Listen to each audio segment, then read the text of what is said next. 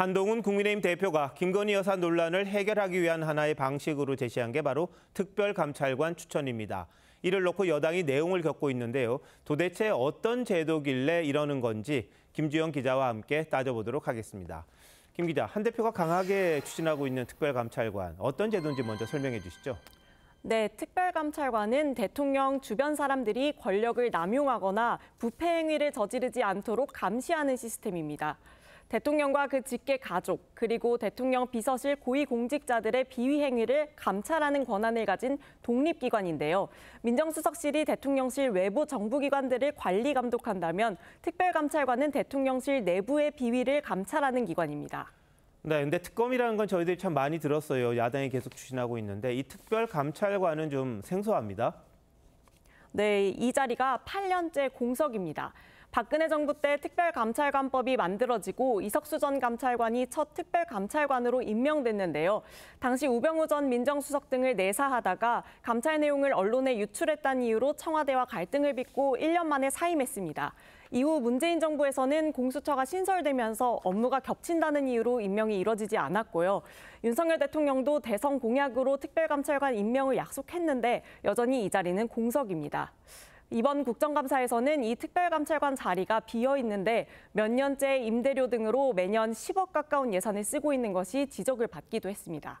지금 핵심은 특별감찰관이 만약 임명이 된다면 김건희 여사 의혹 같은 것들이 좀 해소될까 이것 아닙니까? 네, 특별감찰관은 법의 감찰 가능 비위 행위가 정해져 있습니다. 하지만 해석이 조금씩 달랐는데요. 일부는 명품백 수수 논란은 감찰 범위에 해당하지만 도이치모터스 주가 조작 의혹 같은 경우 윤 대통령이 취임 이전이라 해당이 안 될 것으로 봤습니다. 일부는 아예 특별감찰관 임명 이전의 사건은 감찰 범위가 아닐 것으로 보기도 했습니다. 임명되기 전이라 하더라도 당연히 할 수 있는 것 같은데요. 도이치모터스는 대통령의 배우자가 아니었으니까 안 되는 거고. 특별감찰관이 활동하면서 확인한 옛날 것을 뒤집어서 수사하고 그러는 거 아니거든요. 또 특별감찰관은 수사권이 없다는 한계가 있는데요. 감찰관은 조사를 하면서 각 기관의 협조와 지원을 요청할 수는 있지만 압수수색이나 강제수사 권한이 없습니다.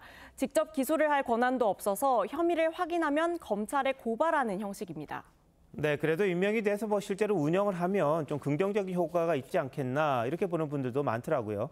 네, 대통령 주변의 비리를 예방하는 차원에서라도 필요하다는 지적이 나옵니다.